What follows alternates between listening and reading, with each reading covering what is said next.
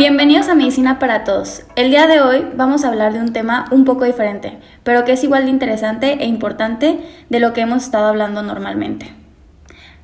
Para esto tenemos una invitada que conoce más acerca de este tema. Bienvenida, Ale, ¿cómo estás? Muy bien, muy feliz de poder estar aquí. Muchas gracias por invitarme.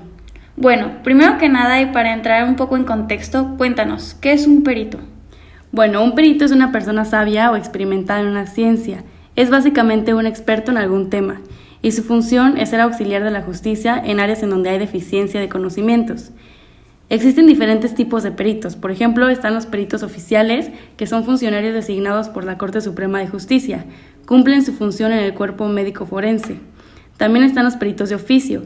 Estos son expertos que se inscriben en las listas nominales anuales de donde son escogidos para trabajar después en las causas que correspondan. Y también están los peritos a propuestas de parte.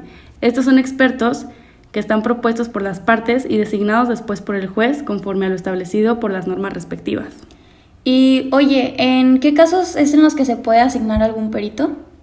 Pues el artículo 368 del Código Nacional de Procedimientos Penales establece que podrá ofrecerse la prueba pericial para el examen de personas, hechos, objetos o circunstancias relevantes para el proceso que sea necesario o conveniente poseer conocimientos especiales en alguna ciencia, arte, técnica u oficio. Pero es importante saber que solo será admisible cuando para acreditar un hecho controvertido se requieran estos conocimientos y en general cuando se trate de materias que por su naturaleza no sean conocidas por el tribunal. Y cuéntanos, ¿cómo es que una persona llega a ser perito? Me imagino debe ser o debe tener algunos requisitos. Sí, claro, hay unas condiciones para ser perito. Primero que nada, debe de haber y de tener preparación técnica. El juez debe pedir por escrito el punto sobre los cuales debe dictaminar el perito, quien está obligado a contestar con claridad y precisión de dichos puntos, y es muy importante tener claro algunos puntos para esta preparación. De hecho, hay algunas claves que se deben de tomar en cuenta para la preparación de un perito. Lo primero que debe realizar es evaluar la conveniencia de aceptar el encargo. Se debe de evaluar si su formación, su capacidad y la experiencia que tiene son suficientes para realizar un informe sobre el asunto objeto. Básicamente es analizar la aceptación del caso. Después, debe identificar los problemas. Si el perito decide que sí se puede realizar el trabajo, entonces debe determinar los puntos claves del caso, para así poder llevar a cabo la planificación de cómo se va a abordar estos problemas. Además, también es importante identificar posibles problemas técnicos o algunas situaciones desfavorables para evitar consecuencias negativas. También es importante fortalecer la relación con el abogado, quien a final de cuentas es quien va a juzgar ambas partes. Debemos de crear una relación positiva y eso solo se consigue si hay confianza. El testimonio del perito debe ser consistente y redondo. El perito debe entender que los hechos deben ser descritos de una forma coherente y fácil de entender, sin dar más ni menos detalles de los necesarios. Un perito debe ser un experto, no parecerlo. Es claro que debe conocer el tema a profundidad y, como dijimos, los peritos son expertos en algún tema en específico, sí, pero así también deben de tener en cuenta la forma adecuada en la que tienen que expresarse ante el juez. Por eso es importante tratar de evitar demasiados tecnicismos y dirigirse con un lenguaje adecuado a sus conocimientos. Claro, me imagino que si las personas no entienden de forma adecuada estos tecnicismos, pues al final se crea como una barrera de comunicación que no permite la conexión personal. Exacto, y esta conexión, tanto con el juez como con el jurado, es muy importante para los peritos. Incluso se pueden utilizar como imágenes o algunos otros materiales con el objetivo de que todos los miembros de la sala entiendan lo que se pretende explicar. También es importante no evadir las preguntas, para no perder credibilidad, sino darle consistencia al informe. Obviamente estas preguntas deben ser contestadas con honestidad y simplicidad. Es importante saber que aunque a veces sea difícil, es correcto decir no lo sé. Como hemos dicho, el perito debe proyectar una imagen de honestidad y eso solo se consigue siendo honesto. Sí, me imagino que un juez prefiere un perito que conteste no lo sé a que intente contestar la pregunta con rodeos, justificando o directamente mintiendo. Así es. Y bueno, como en todo, la práctica es muy importante. Debe llevarse a cabo una preparación con el abogado de preguntas y respuestas, simulando lo que ocurrirá durante el juicio. En esta fase, el informe puede ganar consistencia o perder toda la credibilidad, según la actuación del perito, y por lo que su preparación es crucial. Y es que siempre al practicar te sientes más seguro de lo que dices y lo que haces. Exacto.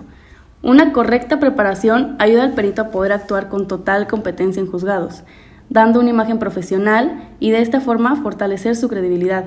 Pero es importante que el perito realmente sepa acerca del tema, para así poder ganar el juicio y de esta forma conseguir más trabajo, ya que si el cliente queda satisfecho con el trabajo del perito, se le pueden presentar nuevas posibilidades con mayor facilidad. Además, también se recomienda empezar por el titular. Como el perito va a expresar una gran cantidad de diferentes conocimientos, es importante que el juez o el jurado se acuerden de las partes cruciales del caso. Por esto se recomienda que las partes importantes y a ser recordadas sean mencionadas en el comienzo de cada pregunta y ya luego se explican los detalles.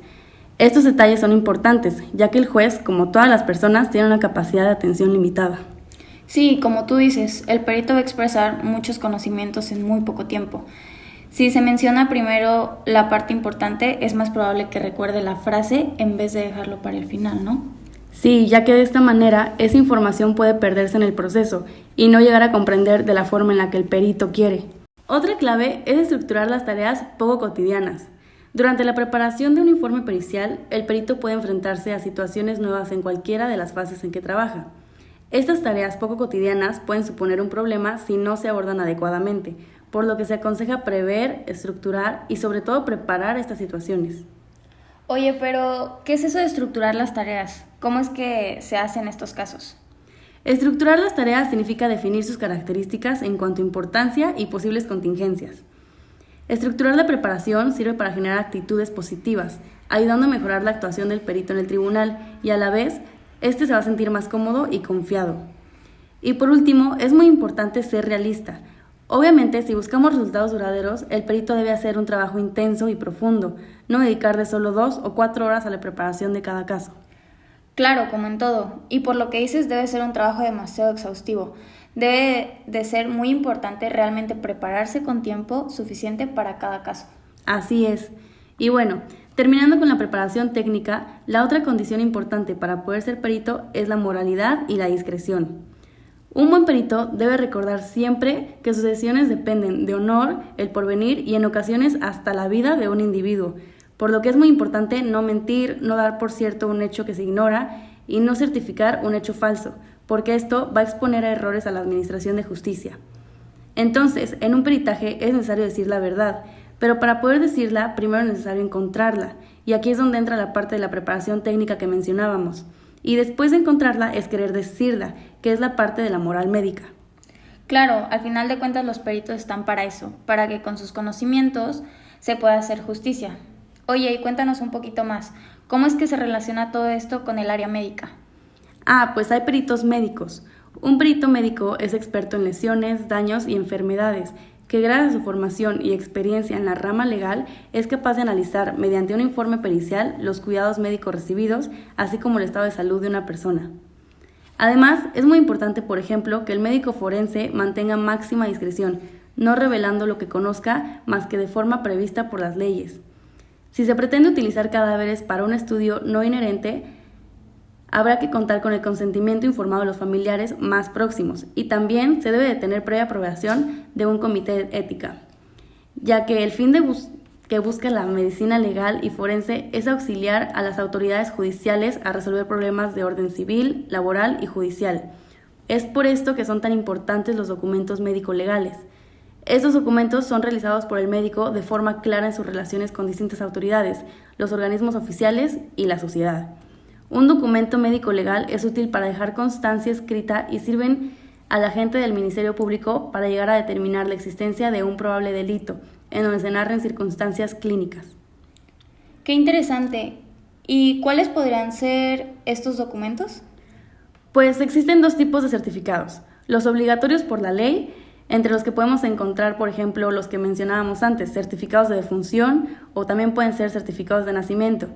Y también están los certificados simples, que son los que habitualmente se redactan en el consultorio. ¿Los simples, por ejemplo, son los que solicitan al realizar actividades escolares?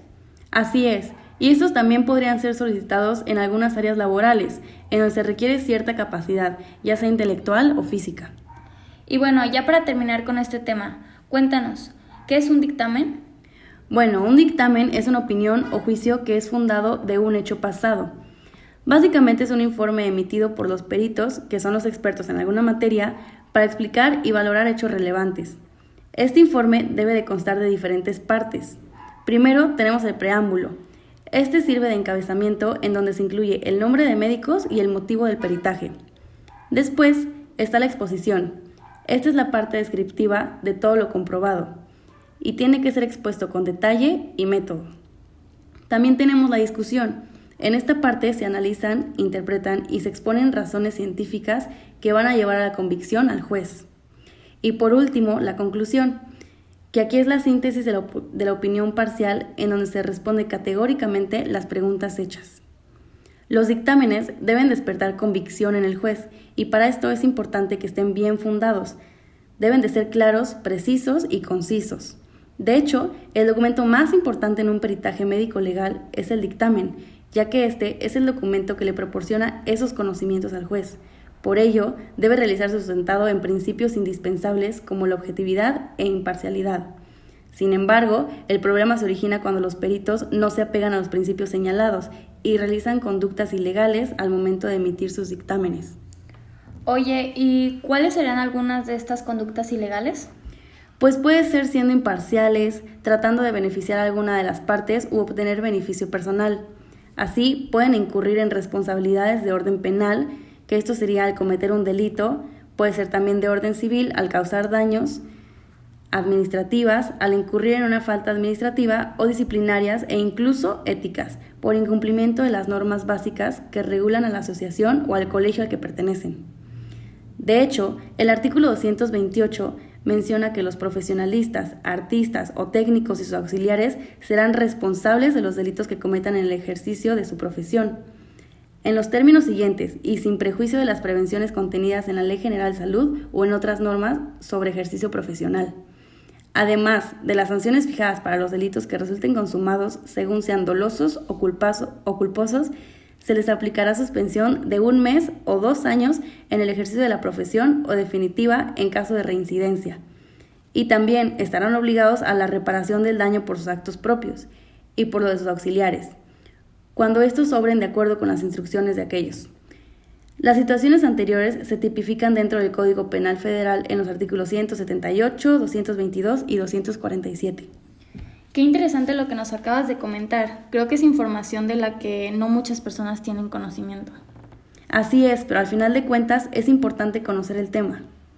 Pues muchas gracias por habernos acompañado el día de hoy en Medicina para Todos y compartir tus conocimientos con nosotros. No, de nada. Muchas gracias a ti por invitarme.